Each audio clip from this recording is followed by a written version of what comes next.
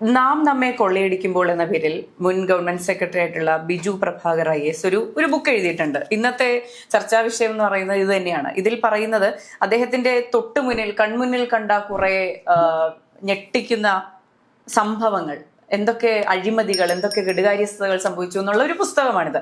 ഇതിന്റെ ഒരു ഭാഗമാണ് നമ്മൾ ഇന്ന് ചർച്ച ചെയ്യുന്നത്. ശിശുക്ഷേമ വകുപ്പുമായി ബന്ധപ്പെട്ട്, അല്ലെങ്കിൽ നമ്മുടെ വനിതാ വികസന ശിശുക്ഷേമ വകുപ്പുമായി ബന്ധപ്പെട്ടുള്ള കുറെ കാര്യങ്ങൾ, വളരെ സെൻസിറ്റീവ് ആയിട്ടുള്ള ഒരു വിഷയം തന്നെയാണ്. അതുമായി ബന്ധപ്പെട്ട് നടത്തിയ അഴിമതികൾ, കുഞ്ഞുങ്ങളെ പൈസയ്ക്ക് കൊടുത്തു എന്ന് വേണമെങ്കിൽ നമുക്ക് ഒറ്റ വാക്കിൽ പറഞ്ഞു തീർക്കാൻ പറ്റുന്ന അത്രയും വെളിപ്പെടുത്തലുകൾ അദ്ദേഹം നടത്തിയിട്ടുണ്ട് ഈ പുസ്തകത്തിൽ. അപ്പോൾ ഈ പറയുന്ന ശിശുക്ഷേമ വകുപ്പിൽ അദ്ദേഹം ആരോപിക്കുന്നത് പോലെ വർഷങ്ങൾക്ക് മുൻപ് വലിയ കൊള്ളരുതായ്മകൾ നടന്നിട്ടുണ്ടാവുമോ? ഈ ബിജു പ്രഭാകറിന്റെ ഒരു സർവീസ് സ്റ്റോറിയാണിത്. കേരളത്തിൽ IAS ഉദ്യോഗസ്ഥന്മാർ മുമ്പും ഇപ്പോഴും ഒക്കെ തന്നെ സർവീസിൽ ഇരിക്കുന്നവരും ഒക്കെ തന്നെ അവരുടെ സർവീസ് കാലത്തെ അനുഭവങ്ങൾ എഴുതുകയൊക്കെ ചെയ്യുന്നൊരു പതിവാണ്. പക്ഷേ ഈ ബിജു പ്രഭാകറിന്റെ ഈ പുസ്തകത്തിന്റെ ഒരു പ്രത്യേകത എന്ന് പറയുന്നത്, അദ്ദേഹം കഴിഞ്ഞ 10-30 വർഷം IAS ഉദ്യോഗസ്ഥൻ എന്നുള്ള നിലയിൽ ചുമതലയുണ്ടായിരുന്ന വകുപ്പുകളിലും കലക്ടർ എന്നുള്ള നിലയിൽ ഉണ്ടായിരുന്നിടത്തെ അഴിമതികൾ എങ്ങനെയാണ് ഉദ്യോഗസ്ഥ തലത്തിലും രാഷ്ട്രീയ തലത്തിലും സർക്കാരിൻ്റെ വിഭവങ്ങൾ മോഷ്ടിച്ചുകൊണ്ട് പോകുന്നതിൻ്റെ ഉദാഹരണങ്ങളാണ്, അല്ലെങ്കിൽ അതിൻ്റെ സംഭവങ്ങൾ പലരുടെയും പേര് പറയാതാണ് അദ്ദേഹം ഈ പുസ്തകത്തിൽ എഴുതിയിരിക്കുന്നത്. അങ്ങനെ അദ്ദേഹം ചാർജ് ഉണ്ടായിരുന്ന അദ്ദേഹത്തിനെ ഒതുക്കി എന്ന് പറയുന്ന, അതായത് ഒരു മെയിൻ സ്ട്രീം വകുപ്പുകളിൽ നിന്നൊക്കെ അപ്രധാനമായ ഒരു വകുപ്പായിട്ടാണ് പലപ്പോഴും ഈ സാമൂഹ്യക്ഷേമ വകുപ്പിനെ പലരും IASകാരുടെ ഇടയിലൊക്കെ തന്നെ കാണുന്നത്. കാരണം പ്രത്യേകിച്ച് കാര്യമായിട്ടൊന്നും ചെയ്യാനില്ല, പലതും നടന്നു പോകുന്നത് അതേപോലെ നടന്നു പോകുന്നു എന്നുള്ളത് ഒഴിച്ചാൽ പലരും അതിൻ്റെ അത് റിസ്ക് എടുത്ത് പലരും ചെയ്യാൻ തയ്യാറാവുന്നില്ല എന്നാണ് നമ്മൾ പലപ്പോഴും കണ്ടിട്ടുള്ളത്. അപ്പോൾ ഇതിനകത്ത് ഈ സാമൂഹ്യക്ഷേമ വകുപ്പിൻ്റെ കീഴിലാണ് ഈ ശിശുക്ഷേമ സമിതിയും അതേപോലെ തന്നെ അമ്മത്തൊട്ടിലും ഒക്കെ വരുന്നത്. ഉപേക്ഷിക്കപ്പെട്ടു പോകുന്ന കുഞ്ഞുങ്ങളെ അവരെ എടുത്ത് വളർത്തിയിട്ട് ദത്ത് കൊടുക്കുന്ന ഒരു പരിപാടിയാണ് ഇതിൻ്റെ പിന്നിൽ നടക്കുന്നത്. അപ്പം ഈ ദത്ത് കൊടുക്കൽ പലപ്പോഴും വലിയ തോതിലുള്ള പണമിടപാടുകൾ നടക്കുന്നു, അതിൻ്റെ പിന്നിൽ വലിയ തോതിൽ അഴിമതിയുണ്ട് എന്ന് പറയുകയാണ് അദ്ദേഹം ഇവിടെ.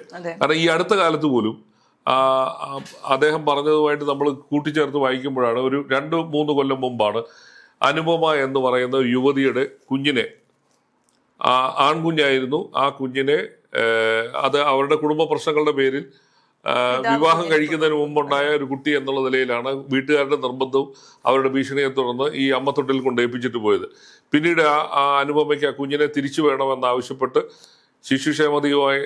സമിതിയുമായി നടത്തിയ ചില പോരാട്ടങ്ങളുടെ ഭാഗമായിട്ട് അന്ന് അവർ തന്നെ പറയുന്നുണ്ട്, ആ കുഞ്ഞിനെ ആന്ധ്രയിലുള്ള ഒരു ദമ്പതികൾക്ക്, ഇത് ആൺകുഞ്ഞായിരുന്നു, അതിനെ ഇവിടെ പൊതുജനത്തിൻ്റെ മുമ്പിൽ മലാല എന്ന പെൺകുട്ടിയാണെന്ന് പറഞ്ഞാണ് അതിനെ അങ്ങോട്ടത്തേക്ക് കടത്തുകയും അതിൻ്റെ പിന്നിൽ നടന്ന വലിയ അഴിമതിയൊക്കെ നടന്നതായിട്ട് അന്ന് വലിയ ആക്ഷേപങ്ങൾ വന്ന.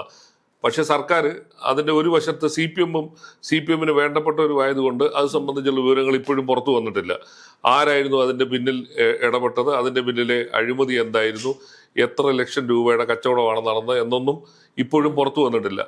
അതേക്കുറിച്ച് അന്നത്തെ സാമൂഹ്യക്ഷേമ വകുപ്പ് ഡയറക്ടർ അന്വേഷിച്ചെങ്കിലും ആ റിപ്പോർട്ട് ഇനിയും പുറത്തു വന്നിട്ടില്ല, നിയമസഭയിലും വെച്ചിട്ടില്ല, വിവരാവകാശം വെച്ച് പോലും കിട്ടിയിട്ടില്ല. അപ്പം ആ ഒരു അനുഭവം ഇപ്പം ഏറ്റവും ഒടുവിലത്തെ ഈ നമ്മൾ ബിജു പ്രഭാകർ പറയുന്ന ഈ പുസ്തകത്തിൽ പറയുന്ന പരാമർശിക്കുന്ന അനുഭവങ്ങളുമായിട്ട് ഇതിനെ തട്ടിച്ചു നോക്കുമ്പോൾ അതെല്ലാം ശരിയായിരുന്നു എന്ന് തന്നെ സമ്മതിക്കേണ്ടി വരുന്ന ഒരു സ്ഥിതിയാണ്. കാരണം പൂർവ്വകാലത്തും ഇങ്ങനെ പഴയ കാലത്ത് ഇത് നടന്നിട്ടുണ്ട്, ഇപ്പോഴും നടക്കുന്നു എന്നുള്ളത് പെട്ടെന്ന് ലിങ്ക് ചെയ്യാൻ പറ്റുന്ന ഒരു അനുഭവമാണ്. പല കാലങ്ങളിലായി പലരും പരോക്ഷമായി പറഞ്ഞിരുന്ന ഒരു കാര്യമാണ് ഈ പറഞ്ഞ അഡ്ജസ്റ്റ്മെന്റുകൾ നടത്തിയാണ് കുഞ്ഞുങ്ങളെ ദത്ത് കൊടുക്കുന്നത് എന്നുള്ള കാര്യം. പക്ഷെ ഇതിന് ഈ പറഞ്ഞ തെളിവുകളൊന്നുമില്ല.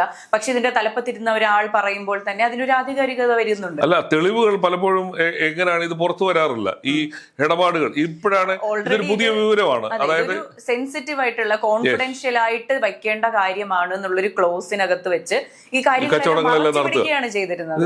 ശരിക്കും ഇതെന്താണ് പറഞ്ഞത്, ഈ നമ്മൾ പറയത്തില്ലേ, ഈ ഒരു റാക്കറ്റിംഗ് ആണ് നടക്കുന്നത്, അല്ലെങ്കിൽ ഈ കൊച്ചു പിള്ളേരെ ട്രാഫിക്കിംഗ് ആണ് നടക്കുന്നത്, ചൈൽഡ് ട്രാഫിക്കിംഗ് ആണ് നടക്കുന്നു എന്നാണ് ബിജു പ്രഭാകർ പറയാതെ പറഞ്ഞിരിക്കുന്നത്. അതിനകത്ത് പറയുന്ന ഒരു പോർഷൻ ഉണ്ട്, അമ്മത്തൊട്ടിൽ നടത്തുന്ന ഈ സ്ഥാപനത്തിൽ നിരവധി കൊച്ചു കുഞ്ഞുങ്ങൾ ഉണ്ടായിരുന്നു, അവരെ ദത്ത് നൽകാമെന്ന് പറഞ്ഞ് ഇതിൻ്റെ കുപ്രസിദ്ധനായ ഒരു മുൻ ഭാരവാഹി പരലനായി വാങ്ങിയത് ലക്ഷങ്ങളാണ് എന്ന് പറയുന്നു. കുഞ്ഞുങ്ങളെ ദത്ത് കൊടുക്കുന്നതിനകത്ത് വൻതോതിലുള്ള കച്ചവടം, അതായത് അവർ ഇതിനകത്ത് പുള്ളി തുടർന്ന് പറയുന്നുണ്ട്, ഇപ്പോൾ ഒരു കുഞ്ഞിനെ കണ്ടു, അവിടെ ഇങ്ങനെ പലരും അപേക്ഷകളുമായിട്ട് പലരും വരും, ഈ കുഞ്ഞുങ്ങളെ കാണാനൊക്കെ വരും.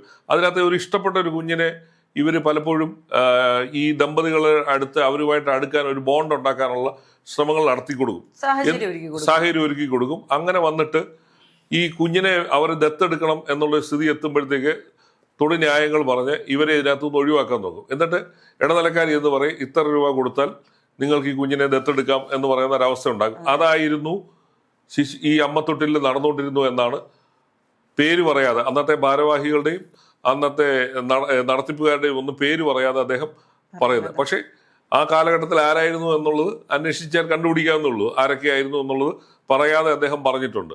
അപ്പൊ ഇതിനകത്ത് നടക്കുന്ന വലിയ തോതിൽ പലപ്പോഴും കേസുകളൊക്കെ വരുന്നുണ്ട് ഇതിനകത്ത്. ഈ ഇപ്പൊ അനുപമയുടെ സംഭവം പോലെ തന്നെയാണ്, അതുമായിട്ട് കൂട്ടിച്ചേർക്കുമ്പോൾ അത് ഇത്തരം ഇടപാടുകൾ അവിടെ കാലാകാലങ്ങളായി നടക്കുന്നു എന്ന് തന്നെയാണ് ഈ തെളിവുകൾ പറയുന്നത്. അതിനകത്ത് ഒരു കാര്യം പറയുന്നുണ്ട്, ഈ ദത്ത് കൊടുക്കുന്നതിന് മാനദണ്ഡം ഒന്നും ഇല്ലായിരുന്നു, ആർക്ക് വേണമെങ്കിലും എടുത്ത് പിള്ളേരെ കൊടുക്കാവുന്ന ഒരു സ്ഥിതി ഉണ്ടാക്കുക. എന്നിട്ട് ഈ പറയുന്നത് ഇങ്ങനെയാണ്, എന്തായാലും ദത്ത് കൊടുക്കുന്നതിന് മാനദണ്ഡം ഞാൻ ഉണ്ടാക്കി, എല്ലാ അപേക്ഷകളും ഒരു കമ്മിറ്റിയിൽ വെച്ച് പരിശോധിച്ചു, അപേക്ഷകരുടെ പശ്ചാത്തലം പഠിച്ച ശേഷം ചുരുക്കപ്പട്ടിക ഉണ്ടാക്കി അവരെ ഇന്റർവ്യൂ ചെയ്ത് ഏറെക്കുറെ നറുക്കെടുപ്പ് രീതിയിൽ കുട്ടികളെ അലോട്ട് ചെയ്യുന്ന സമ്പ്രദായം കൊണ്ടുവന്നു. ഇത് മുഖ്യമന്ത്രിയുടെ ഓഫീസിൽ ചില്ലറയല്ല ചൊടിപ്പിച്ചത്, അവരതിനെ അട്ടിമറിക്കാൻ ശ്രമിച്ചു എന്നാണ് പറയുന്നത്. ഒരു മാനദണ്ഡം കൊണ്ടുവന്നതിനെ അട്ടിമറിക്കാൻ ഒരു സംഘം ആൾക്കാർ ശ്രമിച്ചു. അത് കുഞ്ഞുങ്ങളോടുള്ള സ്നേഹം ഉണ്ടായിട്ടില്ല, ഇതിൻ്റെ ഇടനിലയിൽ നിന്നുകൊണ്ട് പണം അടിക്കുക എന്നുള്ള ഒരു തന്ത്രമാണ് ഈ ശിശുക്ഷേമ സമിതിക്കാരും രാഷ്ട്രീയക്കാരും സെക്രട്ടേറിയറ്റിലെ ഒരു സംഘം ആൾക്കാരും ശ്രമിക്കുന്നു എന്നുള്ള പച്ചയായ സത്യമാണ് ബിജു പ്രഭാകർ തുറന്നു പറഞ്ഞത്. അപ്പം ഒരു കാര്യം ഉറപ്പായി, ഇത് പലരും പതുക്കെ ഒളിഞ്ഞും തെളിഞ്ഞും പറഞ്ഞിരുന്ന ചില ഒരു അരമന രഹസ്യങ്ങൾ ഇതിപ്പോൾ പരസ്യമായിരിക്കും. കാരണം ഉത്തരവാദിത്വ ബോധത്തോടുകൂടിയാണ് അദ്ദേഹം ഇത് പറഞ്ഞിരിക്കുന്നത്, ആ വകുപ്പിന്റെ ചുമതല ഉണ്ടായിരുന്ന സെക്രട്ടറി എന്നുള്ള നിലയിൽ. അപ്പോൾ അതിനെ നമുക്ക് അവിശ്വസിക്കേണ്ടി വരുന്നില്ല. കാരണം അയാൾ നേരിട്ട് കണ്ടതും അനുഭവിച്ചതും ഫയലുകളിൽ വന്നതുമായ രഹസ്യങ്ങളാണ് അത് തുറന്നു പറഞ്ഞിരിക്കുന്നത്. പേര് പറയാത്ത ഒരു പക്ഷെങ്കിൽ ചില സാങ്കേതിക പ്രശ്നങ്ങളുടെ പേരിലോ അല്ലെങ്കിൽ നിയമപരമായ നടപടികളിലേക്ക് പോയി ചാടണ്ട എന്നുള്ളതൊക്കെ വെച്ചായിരിക്കാം പറഞ്ഞിരിക്കുന്നത്. പക്ഷേ കേരളം ഞെട്ടിക്കുന്ന ഒരു സംഭവമാണ്, ഈ കുഞ്ഞുങ്ങളെ ഈ മാതാപിതാക്കൾ ഉപേക്ഷിച്ച് അല്ലെ അമ്മത്തൊട്ടിൽ കൊണ്ടു കൊടുത്തിട്ട് പോകുന്ന കുഞ്ഞുങ്ങളെ കച്ചവടം നടത്തുകയാണെന്നുള്ള വലിയൊരു അമ്പരപ്പിക്കുന്ന വിവരമാണ് ഒരു IAS ഉദ്യോഗസ്ഥനായ ബിജു പ്രഭാകർ പുറത്തുവിട്ടിരിക്കുന്നത്. അത് ഇനിയുള്ള ദിവസങ്ങൾ, ഇനി വരാനിരിക്കുന്ന ദിവസങ്ങളിലെങ്കിലും ഈ കുഞ്ഞുങ്ങളുടെ കാര്യത്തിൽ ഒരു വ്യക്തത, അതിനൊരു കൃത്യമായ മാനദണ്ഡം, എങ്ങനെയാണ് ഒരു സുതാര്യത ഉണ്ടാകണം, സ്വകാര്യത വേണം, അതിനൊരു വ്യവസ്ഥ ഉണ്ടാവണം. ഇത് വ്യവസ്ഥയില്ലല്ലോ. ഇതിപ്പോ ഈ മട്ടിലാണ് മുമ്പേ ഇത് നടന്നിട്ടുണ്ടെങ്കിൽ പിന്നീട് നടന്നിട്ടുള്ള തെളിവുകളാണ് ഈ അനുപമയുടെ കുഞ്ഞിന്റെ കാര്യത്തിൽ സംഭവിച്ചത്. അപ്പം അത് ലേറ്റസ്റ്റ് ആണ്, 2-3 കൊല്ലം മുമ്പ് നടന്നൊരു സംഭവമാണ്. ആ ഒടുവിൽ ആ അമ്മയ്ക്കും അച്ഛനും അവിടെ വന്ന് സത്യാഗ്രഹം നടത്തേണ്ടി വന്നു, പൊതുസമൂഹം ഉണർന്നു, അതുപോലെ തന്നെ മാധ്യമങ്ങൾ ഈ പ്രശ്നം ഏറ്റെടുത്തു. അതിനുശേഷമാണ് ആ കുഞ്ഞിനെ തിരിച്ചു കിട്ടാണ്ടായ സാഹചര്യം ഉണ്ടായത്. എന്നിട്ട് പോലും തൊടു ന്യായങ്ങൾ പറഞ്ഞ് അവരെ ഒഴിവാക്കാൻ നോക്കുമായിരുന്നു. കാരണം ലക്ഷങ്ങളുടെ ഇടപാട് നടന്നുകൊണ്ടാണ് ഇത് മറച്ചു വെക്കാൻ ശ്രമിച്ചത്. അല്ലെങ്കിൽ ഒരു ആൺകുട്ടിയെ എങ്ങനെയാണ് നിങ്ങൾ രേഖകൾ പെൺകുട്ടിയായിട്ട് രേഖപ്പെടുത്തുന്നത്? അതിന് ആദ്യമേ വന്നപ്പോൾ തന്നെ അതിനങ്ങ് പേരിട്ടു, മലാല എന്ന് പറഞ്ഞ് പേരിട്ടു. എന്നിട്ട് അതിനെ പുറത്തേക്ക് കടത്തുകയായിരുന്നു. ആ കടത്തിയതിന്റെ പിന്നിലെ സാമ്പത്തിക താല്പര്യം ഉണ്ടല്ലോ, അതുകൊണ്ടാണല്ലോ ഈ കുഞ്ഞിനെ വിട്ടുകൊടുക്കാൻ ഇവര് മടിക്കുകയൊക്കെ ചെയ്യും. ഇതുമായിട്ട് ഒത്തുനോക്കേണ്ട മറ്റൊരു കാര്യം എന്ന് പറയുന്നത്, കഴിഞ്ഞ ഒരു 1, 2, 3 വർഷങ്ങൾക്കുള്ളിൽ അമ്മത്തൊട്ടിൽ ലഭിക്കുന്ന കുഞ്ഞുങ്ങൾക്ക് ഇടുന്ന പേരുകളെല്ലാം ഈ പറഞ്ഞ ജെൻഡർ ന്യൂട്രൽ പേരുകളാണ്. ഈ പറഞ്ഞ പെൺകുട്ടിയാണോ ആൺകുട്ടിയാണോ എന്ന് തിരിച്ചറിയാൻ കഴിയാത്ത പേരുകൾ ഇടാറുണ്ട്. അപ്പോൾ ഇതും സ്വാഭാവികമായിട്ടും വീക്ഷിക്കുന്നവർ എന്ന നിലയിൽ ഇതിലൊരു സംശയം തോന്നാം. ഈ പറഞ്ഞ ക്രമക്കേടുകൾ അവിടെ നടത്താനുള്ള ആദ്യപടിയായിട്ടാണോ ഇതൊക്കെ ചെയ്യുന്നത് എന്നുള്ളൊരു സംശയം സ്വാഭാവികമായിട്ടും ഉണ്ടാകാം. അല്ല, ഇതിനകത്തെ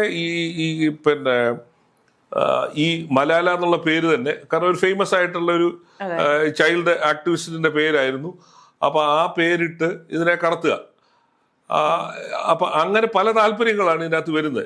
അതുപോലെ തന്നെ ഈ വർഷങ്ങളായി കുഞ്ഞുങ്ങളില്ലാത്തവർക്കാണ് എങ്ങനെങ്കിലും ഒരു കുഞ്ഞിനെ ഏറ്റെടുത്ത് വളർത്തുക, ദത്തെടുക്കുക എന്നുള്ള സങ്കല്പത്തിലാണ് ഇവരെ സമീപിക്കുന്നത്. അപ്പം ആവശ്യക്കാരൻ്റെ അവരുടെ എന്താ പറയുക ദൗർബല്യങ്ങൾ മനസ്സിലാക്കി അവരെ ഇമോഷണലി ബ്ലാക്ക്മെയിൽ ചെയ്ത് അവരെ അത്തരത്തിലേക്കുള്ള ട്രാപ്പിൽ കൊണ്ട് ചാടിച്ച് ചോദിക്കുന്ന പൈസ വാങ്ങുക. ഇപ്പൊ ഒരു കുഞ്ഞിന് വേണ്ടി ഒരുപക്ഷെ ലക്ഷങ്ങൾ കൊടുക്കാൻ പലരും തയ്യാറാവുമായിരിക്കാം. അപ്പം അവർക്ക് എങ്ങനെങ്കിലും ഒരു കുഞ്ഞിനെ ദത്തെടുത്ത് വളർത്തുക എന്നുള്ളൊരു ആഗ്രഹത്തിന്റെ പേരിലാണ് വരുന്നത്. അവരെ വെച്ചിട്ടാണ് ഈ ബാർഗൈനിങ് നടത്തുക. ഇതങ്ങേറ്റം മനുഷ്യത്വരഹിതമായ കാര്യമാണ്, അപ്പോൾ തന്നെ നിയമവിരുദ്ധമായ കാര്യമാണ്. അപ്പോൾ ഇദ്ദേഹം പറഞ്ഞൊരു കാര്യമുണ്ട്, അതോടൊന്ന് അറിയേണ്ടതാണ്. ഈ ശിശുക്ഷേമ സമിതിയുടെ ഭാരവാഹിയെ കുറിച്ച് പറയുന്നത് ഇങ്ങനെ, ഭാരവാഹിയുടെ പ്രധാന ടെക്നിക്ക് ഇങ്ങനെയായിരുന്നു: ദത്തെടുക്കാൻ വരുന്ന ദമ്പതികളെ കുട്ടികളുമായി പരിചയപ്പെടുത്തും, അവർക്ക് ഇഷ്ടപ്പെടുന്ന കുട്ടിയുമായി അടുപ്പം ഉണ്ടാക്കാൻ സമയം നൽകുക, അവർ ദിവസവും സമിതിയിൽ വന്ന് കുട്ടിയുമായി ഇടപഴകുന്നതോടെ ബോണ്ട് ശക്തമാകും. അപ്പോൾ ഒരു ദിവസം പ്രധാന ഭാരവാഹി പ്രത്യക്ഷപ്പെട്ട് ഗൗരവത്തിൽ ചോദിക്കും, ഇവർക്കാരാണ് ഈ കുട്ടിയെ കൊടുത്തത്? ഇവർക്ക് അലോട്ട് ചെയ്തിരിക്കുന്നത് മറ്റൊരു കുട്ടിയാണ്. അതോടെ ദമ്പതികളുടെ ലോകം കീഴ്മേൽ മറിയും. എങ്ങനെയെങ്കിലും കുഞ്ഞിനെ സ്വന്തമാക്കാൻ പിന്നെ കൈക്കൂലി അല്ലാതെ മാർഗമില്ല, വൻ തുക കൊടുക്കുക തന്നെ ചെയ്യും. ഇതായിരുന്നു. ഇപ്പോഴും നടക്കുന്നുണ്ടോ ഇല്ലെന്നറിയില്ല, ഇപ്പോഴത്തെ ഭാരവാഹികൾ ഇതൊക്കെ പറയാൻ തയ്യാറാവുമോ എന്നറിയത്തില്ല.